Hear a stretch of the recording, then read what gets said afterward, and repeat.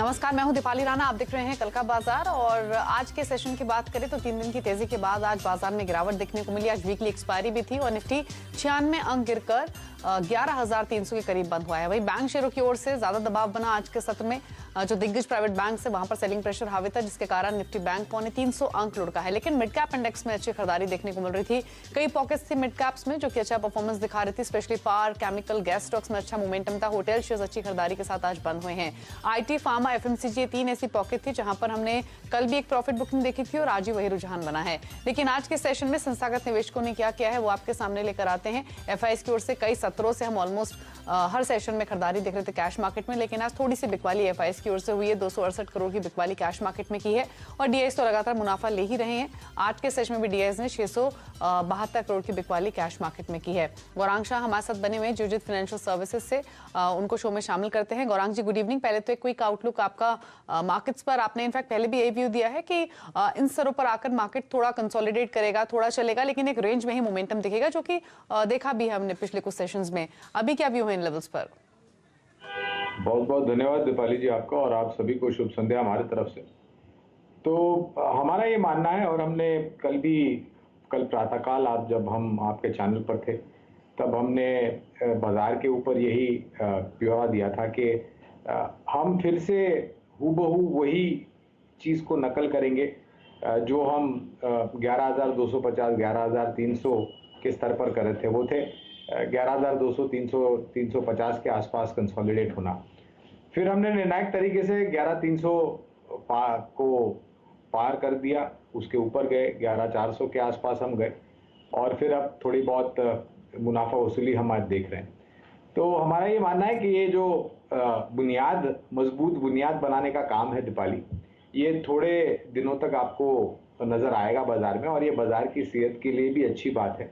क्योंकि जब कभी भी आप ऊपर के तरफ के दायरे बनाते हैं बाजार में, तो कुछ दिन या कुछ समय बाजार को उसी दायरे में आपको थोड़ा समय बीतना चाहिए ताकि एक मजबूत बुनियाद बने, और फिर उसके पश्चात जो ऊपर के दायरे हैं वो काफ़ी सक्षम रूप से हम ऊपर जाने की क्षमता रखेंगे। इस वजह से ये ज़रूरी है।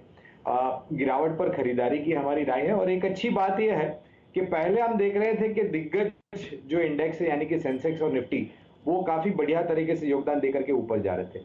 अब ये जब कंसोलिडेट कर रहा है यानी कि दायरे में घूम रहा है, तो आपके मिड कैप और स्मॉल कैप थोड़ा बहुत और कंट्रीब्यूट, यानी कि जो योगदान है वो चौतरफा है। तो ज़्यादा चिंतित होने की ज़रूरत नहीं है। गिरावट पर खरीदारी की राय होगी।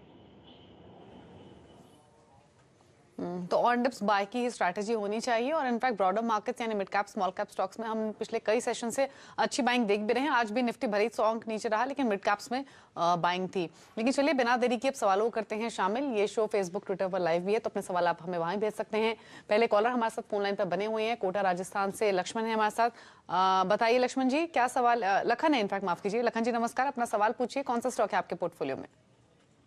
मैम मेरे पोर्टफोलियो में आईटीसी है। हेलो हेलो, आईटीसी भाव पर खरीद खरीदा हुआ रखा है है मैंने 207.90 पे 500 शेयर खरीद रखे। लॉन्ग टर्म के हिसाब से लिया है ये share? No, long term, short term के हिसाब से ही लिया था, पर कब तक होल्ड रखूं ये पूछना चाह रहा था मैं सर से। पूछ लेते हैं। गौरांग जी, आईटीसी हालांकि शॉर्ट टर्म कैटेगरी का स्टॉक है नहीं है, बट इन्होंने छोटी अवधि के लिए लिया है और पिछले 5-6 दिनों से तो स्पेशली हम देख रहे हैं नीचे की तरफ 195, ऊपर की तरफ 200 201 तक ही ये स्टॉक जा रहा है, इसी बीच में घूम रहा है। अब इनके लिए सजेशन क्या होगा? तो राजस्थान के निवासियों को हमारा प्रणाम सबसे पहले, और लंबी अवधि के लिए दीपाली काफ़ी लंबे समय से हमने आईटीसी पर खरीदारी की राय दी है। और ये कंपनी ऐसी है कि अब धीरे धीरे करके जो तंबाकू और सिगरेट का कारोबार है उससे योगदान थोड़ा आता जाएगा, लेकिन जो बाकी अन्य कारोबार हैं उससे, जैसे कि एफएमसीजी कारोबार है, होटल्स का कारोबार है और बाकी अन्य कारोबार है, कृषि क्षेत्र से ये काफ़ी बेहतरीन तरीके से जुड़ी हुई कंपनी है। ई चौपाल के साथ ये काम करते हैं। तो मेरा ये मानना है कि लंबी अवधि के लिए इनको बने रहना चाहिए। अगर लखन जी ने छोटी अवधि के लिए निवेश किया है तो पहले इनको एक राय ये दूंगा कि आप अपना जोखिम ध्यान में रखते हुए एक स्टॉप लॉस लगा करके चलिए। अन्यथा जो स्तर पर उनका निवेश है वो ज़्यादा चिंतित होने की ज़रूरत नहीं है और काफ़ी लंबे समय से 180 और 200 के बीच में ये आईटीसी का स्टॉक कंसोलिडेट कर रहा है। लंबी अवधि के लिए 245 और 265 ये लक्ष्य हमारा, और अगर लखनजी के पास निवेश लायक पूंजी है तो 190 के नीचे ये थोड़ा बहुत और खरीदारी कर सकते हैं ताकि इनका जो खरीद का स्तर है वो नीचे आ जाए। ठीक है, तो 190 के आसपास मिले तो वहां पर और ऐड भी कर सकते हैं। होल्ड रखिए स्टॉक को, थोड़ा समय भी दीजिए। विकास है हमारे साथ फोन लाइन पर रांची से। विकास जी नमस्कार, पूछिए सवाल अपना। नमस्कार, मेरे पास आरपीजी लाइफ साइंस के 500 शेयर हैं 385 पर, तो इसमें लॉन्ग टर्म के हिसाब से क्या व्यू रहेगा ये जानना चाहूंगा। 385 ठीक है, पूछ लेते हैं। गौरांग जी, आरपीजी लाइफ साइंसेज इन्होंने खरीदा हुआ है, ऊपर के भाव पर लिया है क्योंकि बाकी छोटे फार्मा स्टॉक्स की तरह ये भी पिछले 2 महीने में 3 महीने में ऑलमोस्ट डबल हो चुका है। अब क्या करना चाहिए क्योंकि इनके भाव से 10 रुपए नीचे है। इंपॉर्टेंट ये है कि लॉन्ग टर्म के लिए रख सकते हैं। ये अच्छी बात है, लेकिन फार्मा क्षेत्र पिछले 5 महीनों से चल रहा है दीपाली, और अगर आप आखिर में जाकर के निवेश करते हैं तो हो सकता है कि छोटी या मध्यम अवधि में ये जो क्षेत्र है फार्मास्यूटिकल का ये मुनाफा वसूली की चपेट में आ सकता है, लेकिन इससे ज़्यादा चिंतित होने की ज़रूरत नहीं है। आरपीजी लाइफ साइंस से बेहतर होगा, इनको मैं 2 विकल्प देना चाहूँगा, अगर ये परिवर्तन कर सके तो ये बेहतर होगा। पहला है नैटको फार्मा और दूसरा है ग्रैन्यूल्स इंडिया, और ग्रैन्यूल्स इंडिया को मैं ज़्यादा तवज्जो देना चाहूँगा क्योंकि इनके नतीजे बहुत ही बेहतर आए थे, और पिछले 3-4 महीनों से जो मैनेजमेंट की टिप्पणियां हैं नतीजों के पश्चात, उसको देखते हुए मुझे लग रहा है कि अगर ये आरपीजी लाइफ साइंस में से ग्रैन्यूल्स इंडिया में निवेश करते हैं तो न तो सिर्फ इनका जो नुकसान हो रहा है उसकी भरपाई हो जाएगी, लेकिन एक अच्छा खासा मुनाफा भी मिल सकता है, बशर्ते कि ये लंबी अवधि के लिए बने रहे। ठीक है, तो 2 चॉइसेस भी आपको बताई गई हैं। ग्रैन्यूल्स उनमें से एक है जहां पर आप फ्रेश इन्वेस्टमेंट्स भी कर सकते हैं इन लेवल्स पर।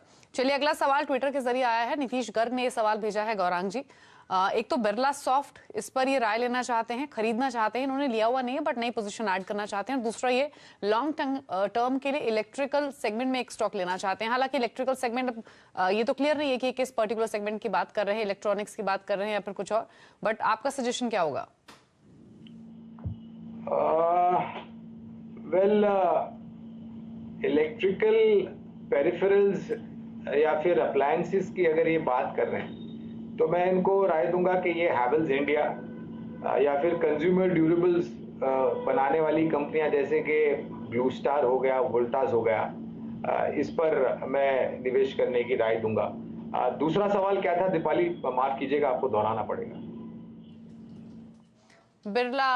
बिरला सॉफ्ट पर ये राय लेना चाहते हैं कि लेना चाहिए इन लेवल्स पर या फिर नहीं?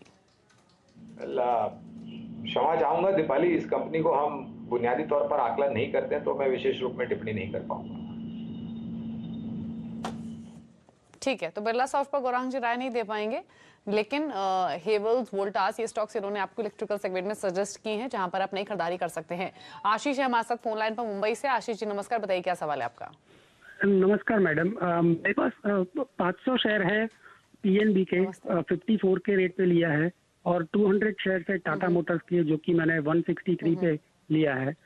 मैं जानना चाहूंगा कि ये शेयर्स मुझे रखने चाहिए या क्या करना चाहिए उसकी? पूछ लेते हैं गौरांग जी से। पीएनबी के तो इनफैक्ट कल नंबर्स भी आएंगे और नंबर्स से पहले ये स्टॉक चला भी है पिछले कुछ दिनों में। 54 की इनकी बाइंग है, काफी ऊपर की अगर हाल ही के प्राइस से कंपेयर करें तो, इसलिए लॉस भी हो रहा है 19 रुपए के आसपास का हर स्टॉक पर।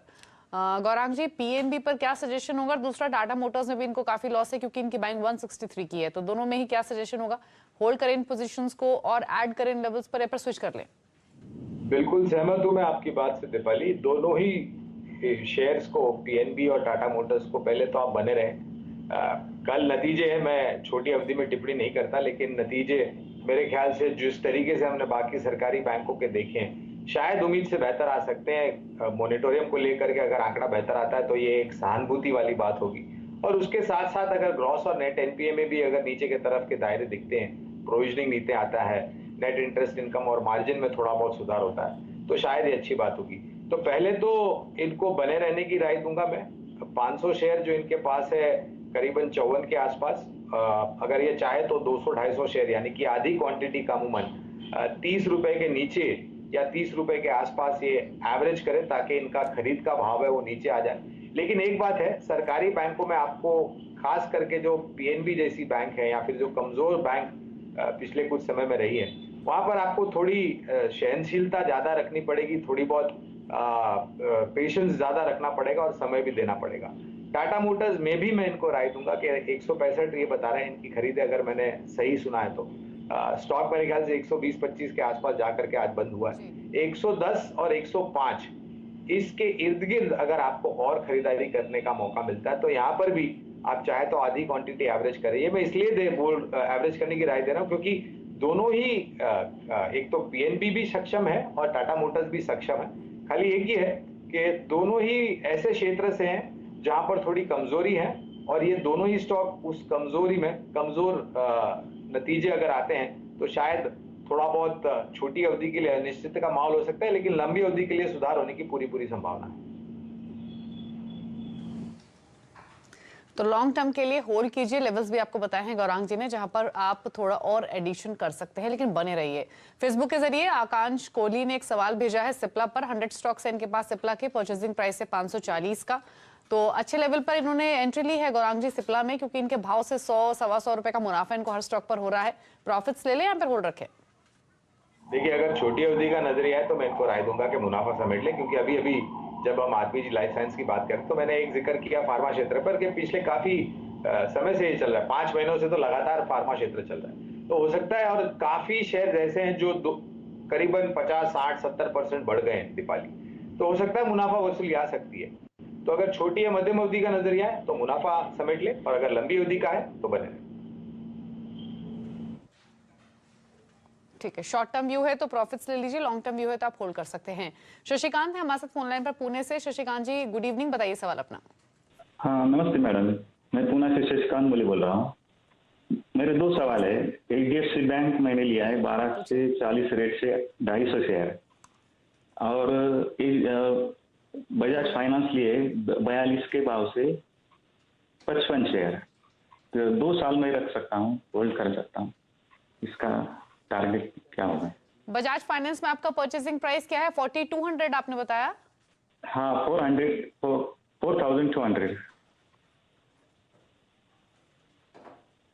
4,200, ठीक है। यानी ये कोविड के सिचुएशन से पहले की आपकी बाइंग है बजाज फाइनेंस में। गौरांग जी, बजाज फाइनेंस 4200 की खरीद है, इन्होंने होल्ड रखा, इस स्टॉक ने वर्स्ट भी देखा, 1700-1800 तक गया, अब 3400 पर ट्रेड कर रहा है। लॉन्ग टर्म के हिसाब से क्या सजेशन होगा, क्योंकि इन्होंने क्लियरली बताया 2 से 3 साल रुक सकते हैं। और दूसरी पोजीशन इनकी एचडीएफसी बैंक में, जो इनके भाव से 250 रुपए ऑलमोस्ट नीचे ट्रेड हो रहा है। मेरे ख्याल से इन्होंने एक बहुत बढ़िया मौका था जो हाथ से निकल गया इनसे, और आप ही के चैनल पर मेरे ख्याल से यही शो में बजाज फाइनेंस पर हमने कई बार जिक्र किया था, और 1900-1800 का स्तर था जब मेरे ख्याल से किसी निवेशक ने इसी पर सवाल पूछा था, और मैंने कहा था कि मुझे ताज्जुब नहीं होगा ये फिर से लौट करके 3800-4000 के ऊपर भी जा सकता है। तो इनको भी राय दूंगा, इनके पास 2 साल का नजरिया है, मैं इनको ये राय दूंगा कि दोनों में ही एसआईपी कर ले, यानी कि हर महीने अगर आपके पास निवेश लायक पूंजी है तो छोटी छोटी मात्रा में जो भी आप निवेश बढ़ा सकते हैं वो बढ़ाते जाए, और 2 साल में आपके पास संख्या भी काफ़ी अच्छी साक्षी हो जाएगी, और 2 साल के भीतर जो पूरी परिवर्तन होना है बैंकिंग और एनबीएफसीज में वो पूरा होते हुए नजर आएगा। और दोनों ही काफ़ी वेल मैनेज कंपनियां हैं, एचडीएफसी बैंक और बजाज फाइनेंस, और आइंदा ऐसी गलती न करे सर। अगर आपने 4200 में लिया था तो 2000 पे तो आपको और भी अच्छा लगना चाहिए था बजाज फाइनेंस। उसी लिहाज से एचडीएफसी बैंक अगर आपने 1250 पे लिया है तो जब ये लुढ़का था 1000 के आसपास या उसके नीचे, तो यहाँ पर और भी निवेश बढ़ाना चाहिए। लेकिन खैर कोई बात नहीं, दे रहा है दुरुस्त है, 2 साल का नजरिया है, एसआईपी कर ले, यही बेहतर होगा। तो होल्ड कीजिए और इन लेवल्स पर धीरे धीरे और ऐड भी कर सकते हैं। हर महीने एसआईपी की फॉर्म में खरीदिए इन शेयर्स को अपने पोर्टफोलियो में। फेसबुक के जरिए अरविंद चौहान ने सवाल भेजा है, 2 शेयर्स है गौरांग जी इनके पास, दोनों ही स्टील क्षेत्र से हैं। जेएसडब्ल्यू स्टील 261 की बाइंग है और टाटा स्टील में 331 की इनकी खरीदारी है। तो नजरिया इन्होंने मेंशन नहीं किया है, but Tata steel and JSW steel long term के हिसाब से क्या व्यू होगा? दोनों ही सक्षम कंपनियां हैं और ये दोनों ही प्राथमिक पसंद है हमारी धातु क्षेत्र में। JSW स्टील और टाटा स्टील। और मेरे ख्याल से कल ही कुछ खबर आई थी, ऑडिटर्स ने कुछ आपत्तियां उठाई हैं कुछ विदेशी कारोबार को लेकर के। और दूसरी बात यह है दीपाली के ये अंतर्राष्ट्रीय जो कमोडिटी के दाम होते हैं उस पर उससे ज़्यादा असर आता है, और जिस तरीके से चाइना में जो खबरें आती हैं उसको लेकर के। लेकिन मुझे पूरा भरोसा है कि जिस प्रकार से निर्माण कार्य की बात सरकार ने की है और जिस प्रकार से रियल एस्टेट सेक्टर को बढ़ावा दे रही है, सीमेंट और मेटल्स यानी कि सीमेंट और धातु दोनों ही बेहतरीन तरीके से खपत स्थानीय रूप में ऊपर जाएगी। बने रहें और अगर निवेश लायक पूंजी है तो निचले स्तर पर और जुड़े। तो होल्ड करने की सलाह है, और नीचे मिले तो और एडिशन भी कर सकते हैं दोनों शेयर्स में। आनंद है हमारे साथ कोटा से, फोन लाइन पर। आनंद जी नमस्कार, पूछिए सवाल अपना। मैडम मेरे पास इंडसलैंड बैंक से 1800 शेयर है, 515 रुपए 35 पैसे पे लिए हुए हैं, क्या करना चाहिए मैडम? इंडसइंड बैंक और रख सकते हैं लॉन्ग टर्म के लिए? हाँ जी मैम, हाँ जी मैम। ठीक है, पूछ लेते हैं गौरांग जी से। गौरांग जी, बड़ा इन्वेस्टमेंट है इनका, क्योंकि क्वांटिटी इनके पास 1800 शेयर्स की है इंडसइंड बैंक की 515 के प्राइस पर, तो मेरे ख्याल से 7-8 लाख रुपए का इनका ये इन्वेस्टमेंट है। इनके भाव से 1.5 रुपए नीचे ये स्टॉक है, क्या करना चाहिए इनको?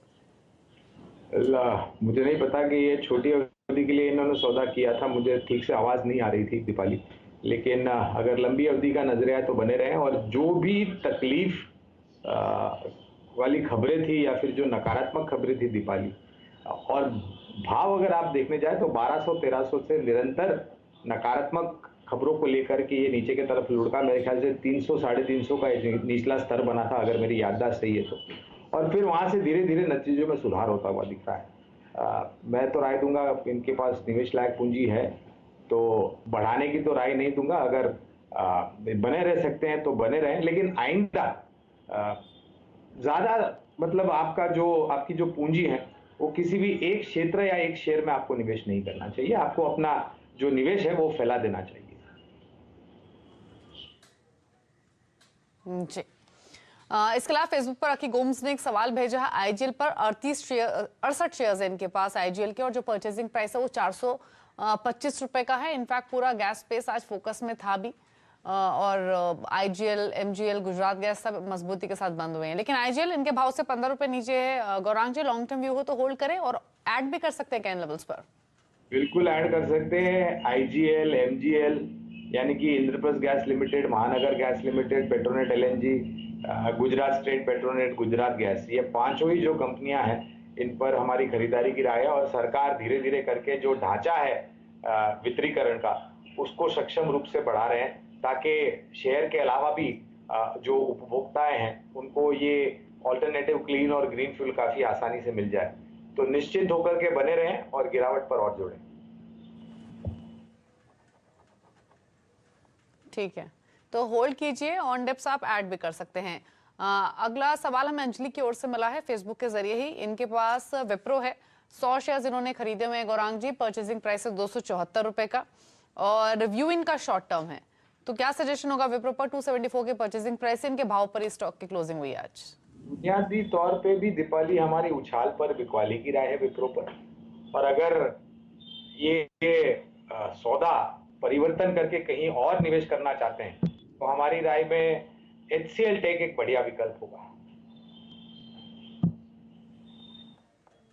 ठीक है, तो परिवर्तन कर सकते हैं, यानी विप्रो की जगह HCL टेक एक स्टॉक है जहां पर एडिशन आप कर सकते हैं अपने पोर्टफोलियो में, ये सजेशन है। चलिए एक ब्रेक के लिए यहाँ पर रुक रहे हैं। गौरांग जी बने हुए हैं हमारे साथ, लौटेंगे तो कुछ और क्वेरीज को करेंगे शामिल। आप देखते रहिए कल का बाजार।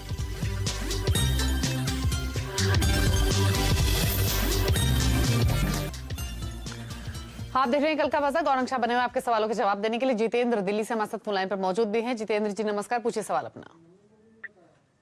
नमस्कार, मेरे पास भारतीय एयरटेल के 100 शेयर हैं 545 के भाव के। मैं जानना चाहता था शॉर्ट टर्म में इसका क्या प्रोस्पेक्ट रहेगा?